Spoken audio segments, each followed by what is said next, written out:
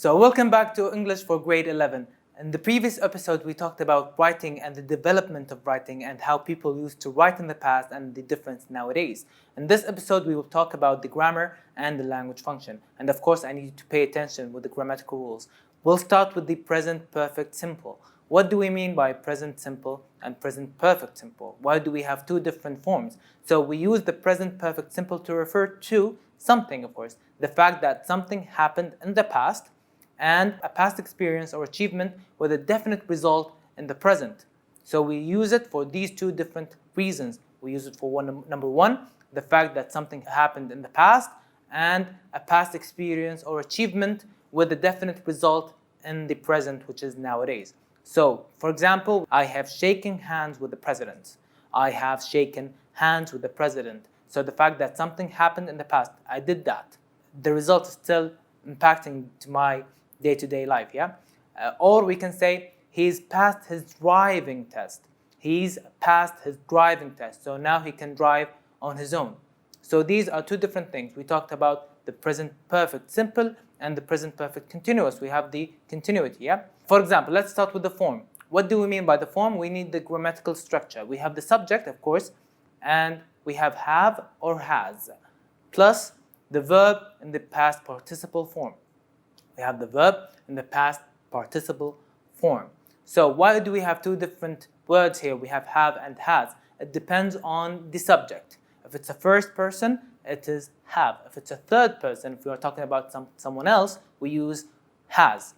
Okay? And we will see this information to make it clearer. I have, we have, they have, but when it comes to other people, we say it has, or he has, or she has, and so on. But when we use the word or the pronoun you, we use it you have, and that's very important, yeah? So, for example, I have just finished my lunch, or I just have finished my lunch. I, the subject, have is the rule, of course, the form of the rule, and finished is the verb in the past participle, of course, and the object that follows the verb is my lunch. So, when did that happen? When did you eat your lunch and finished your lunch? It just finished. It's in the past or started in the past, but just finished. It's not in the past yet. You just finished my lunch, like recently. So it is started in the past and just finished moments ago, not a while ago. Okay? So he didn't say when, because the important thing is to say that he finished his lunch. It's not about when he did finish, but it's about the fact that he finished. So expressing time is not important, but we need to know where it is. Okay? And we use the present perfect continuous to refer to something else. We have the present perfect simple, and now we are moving to the continuous. Number one, activity which continues over a length of time. It started in the past, but it's still occurring till now. Or activity which may not be completed. Of course, it means still running. Let's see the example, or the examples here. We have, she's been reading the newspaper all morning. So starting this morning, she has been reading the newspaper, and she hasn't finished yet. Of course, she has been reading, but we use a shortcut here. We use she's been reading, but it means she has been reading. Where is the verb? We have the verb in the ing form because it's a continuous, but we added something else before the verb and the has, the rule. We added the verb to be in the past participle form, which is been. So she has been reading the newspaper all morning. Let's see the other example here right in front of us. I have been reading the newspaper. So the subject I, the pronoun I, the subject, takes have. We added been, the verb to be in the past participle, then reading in the gerund form, and then the newspaper. So let's see the form. The form of the present perfect continuous. We have the subject plus have or has, depending on the subject itself, the pronoun itself, been plus the verb in the ing form. We add ing because it's still continuous, still occurring, still running. We haven't finished yet, yeah? So we have the ing. Okay? So again, we have I have, we have, they have, you have, and the pronouns he, she, it takes has instead. She has, he has, or it has. For example, I have been reading the newspaper. We just saw that example, and we see that we added the verb to be in the past participle form before the verb to make it correct. This is grammatically correct sentence. I have been reading the newspaper. It started in the past, but hasn't finished yet. Did it? Did it finish? No, I'm still reading the newspaper. I haven't finished. Okay? So it's still continuous till now. The action happened in the past and is still continuing. That's the most important thing. So we have exercises from the workbook, page 34. It's about the present perfect continuous. Let's take a look. This is from your book, page 34. Correct the tenses in bold so that the sentences make sense. So we want them to make sense. I have made cakes all day and haven't finished yet. Haven't finished yet. So I'm still continuing doing that, right? So I have made cakes becomes I have been making cakes all day and I haven't finished yet. So I have been making. It's a continuous form. Let's see question number 2. John will avoid work this week and is now feeling the consequences.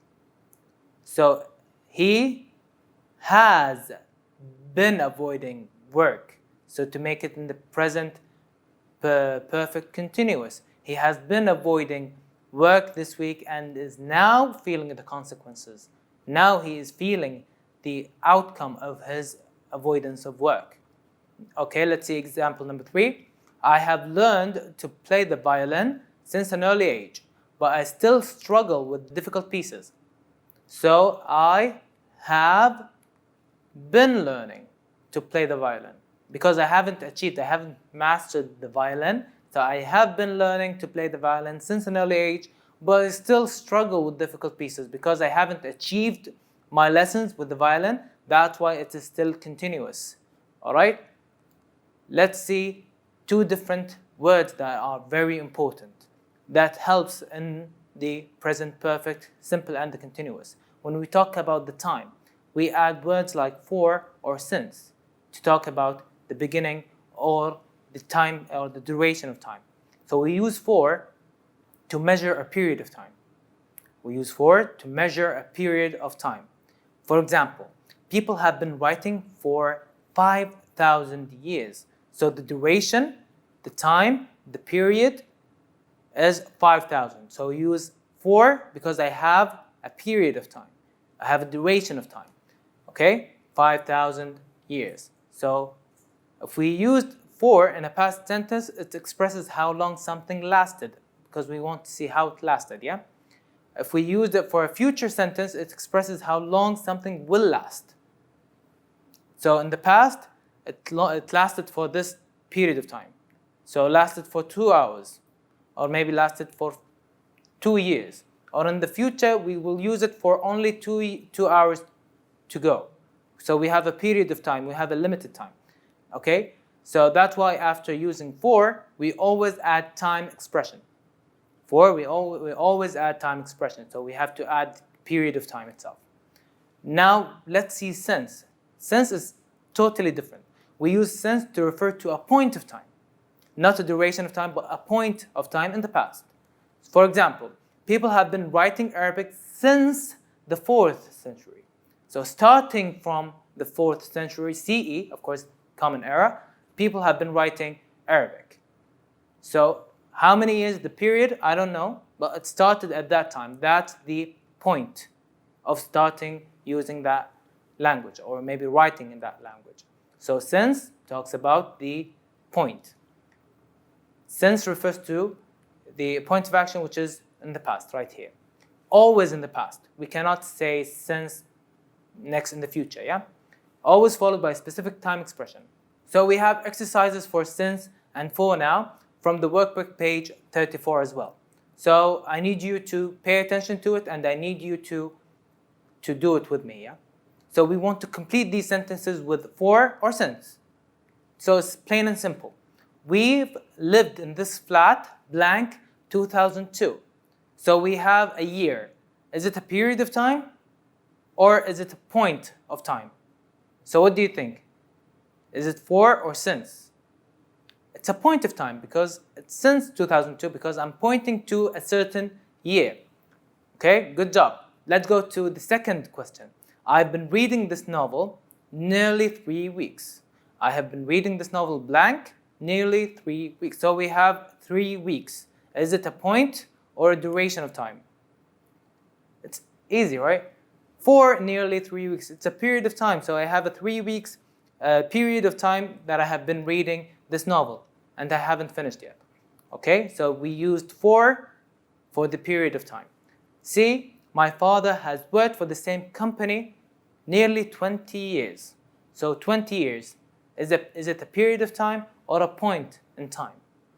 What do you think? It's a period of time, that's why we use for. My father has worked for the same company for nearly 20 years. Next one. We've been waiting here 7 o'clock this morning. Is it a period or a point? 7 o'clock in the morning. I'm being very specific, yeah? So I've been waiting here since 7 o'clock in the morning because I'm being very specific at that point of time of 7 o'clock in the morning that I have been waiting here. That's why we use since. So we don't care about if it's a year or a time or if it's a certain hour or maybe a day. Okay? Maybe we can since Monday. That's fine. We can use that, yeah? But it depends on the point of time. We need to focus on about the duration or the point. We don't care about the specific time. He's been able to swim blank. He was 3 years old. So, is it since or for? Let's read the sentences out loud with both examples to see which one is correct. So, he's been able to swim for he was 3 years old, or he's been able to swim since he was 3 years old. So, since makes sense because it's a point of time because he was 3 at that time. It's a point of his life. So, since he was 3 years old. Correct. Good job, everyone. Now, the final question, and we have the children have been playing on the beach. Blank, half an hour. We have a period of time or a point of time? It's a period of time, correct. So we use for, correct. The children have been playing on the beach for half an hour. Now, let's go to the language functions. And of course, we need to consider the following. It's what would you say in the following situation? Tell me your speech. Don't tell me that you're going to do something. No, I want you to tell me what you're going to respond in that situation. We want what would you say, your response to it. Number 2, put yourself in the exact situation. Try to think that you are in that situation. Okay? Even if it's not, or maybe sometimes it's impossible, but try to put yourself in someone else's shoes. Okay? And write your sentences in full grammatical sentence. So always write in full grammatical sentences.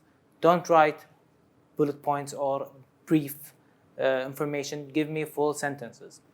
Now, let's see the questions we have. And of course, any reasonable answer is acceptable.